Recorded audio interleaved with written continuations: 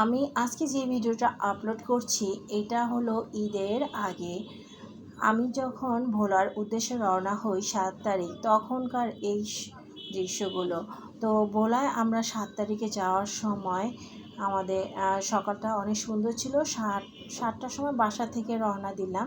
আমাদের লঞ্চটা ছেড়ে দিয়েছিল 8:30টার সময়। সাথে আরও অন্যান্য লঞ্চ ছিল, সেগুলো ভোলার উদ্দেশ্যে রওনা দেয়।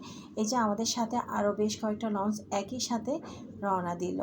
যখনই 12টার সময় বাজলো তখনই নদীর উত্তাল অবস্থা, ভরা নদী একদম চার মোহনার মধ্যে ঝড় তুফান শুরু হয়ে গেল। যাই হোক, অবশেষে আমরা ভোলার ঘাটে এসে পৌঁছে। অনেক মানুষ ছিল, যেহেতু ঈদের সময় সবাই বাড়ির উদ্দেশ্যে রওনা দিয়ে চলে আসে প্রিয়জনদের সাথে ঈদ করার জন্য, বাবা মার সাথে, ভাই বোনদের সাথে। যাই হোক, আমরা এখন অটো নিব। অটোর তো দাম বেশ চড়া। যেখানে বাসায় যেতে 200 টাকা লাগে, সেখানে কেউ 400-500 চেয়ে বসে আছে। তারপর কিছুক্ষণ ওয়েট করার পরে একটা অটো নিয়ে নিলাম। এই তো অনেক স্বস্তি পেলাম। অবশেষে বাসার উদ্দেশ্যে যাচ্ছি। যাই হোক, আল্লাহ অশেষ রহমতে ঝড় তুফান তারপর বাসায় এসে পৌঁছালাম। এসে আমরা শাওয়ার টাওয়ার নিয়ে রেডি হচ্ছি আমার ভাইয়ার বাসায় ইফতারের উদ্দেশ্যে। এটা হলো বিকাল 4টার সময়।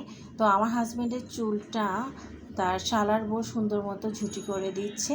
তো সুন্দর লাগছিল দৃশ্যটা, সেজন্য ধারণ করে নিলাম।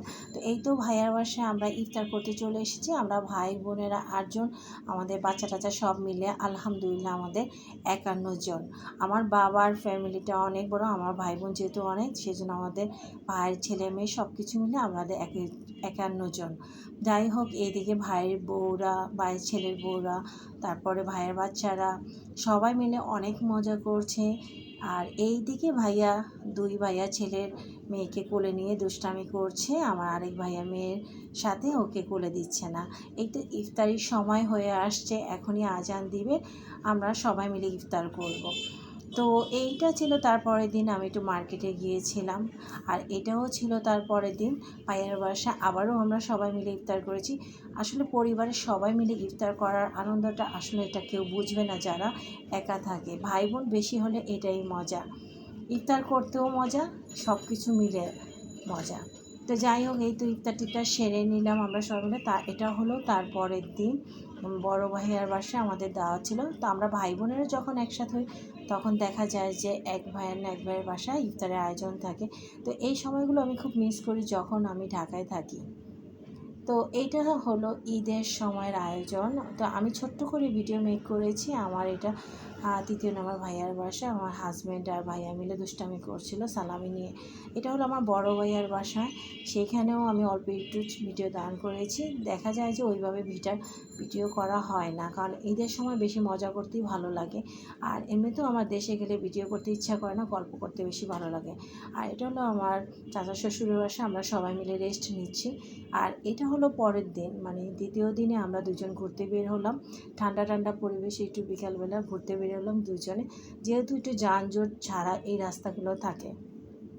মেন শহরে তো যানজট তো থাকবেই, তো তারপরেও একটু ঘোরাঘুরি তো থাকবেই ঈদে। তারপর বাচ্চাদেরকে নিয়ে নদীর পাড়ে নিয়ে গেলাম। যেহেতু ভোলায় ওইভাবে ঘোরার মতো কোনো জায়গা নেই, সেজন্য নদীর পাড়েই হলো গিয়ে বেস্ট। তো এই তো আমাদের ঘোরাঘুরি শেষ। এখন আমরা ঢাকার উদ্দেশ্যে রওনা দিয়ে দিলাম।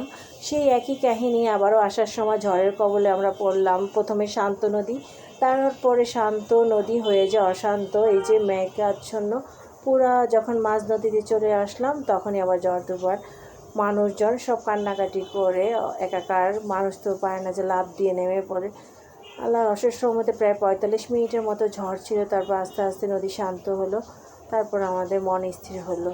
যাই হোক, আবারও নতুন করে জীবন পেলাম। সবাই দোয়া করবেন। এই ছিল আমার ছোট্টখাটো একটা ব্লগ।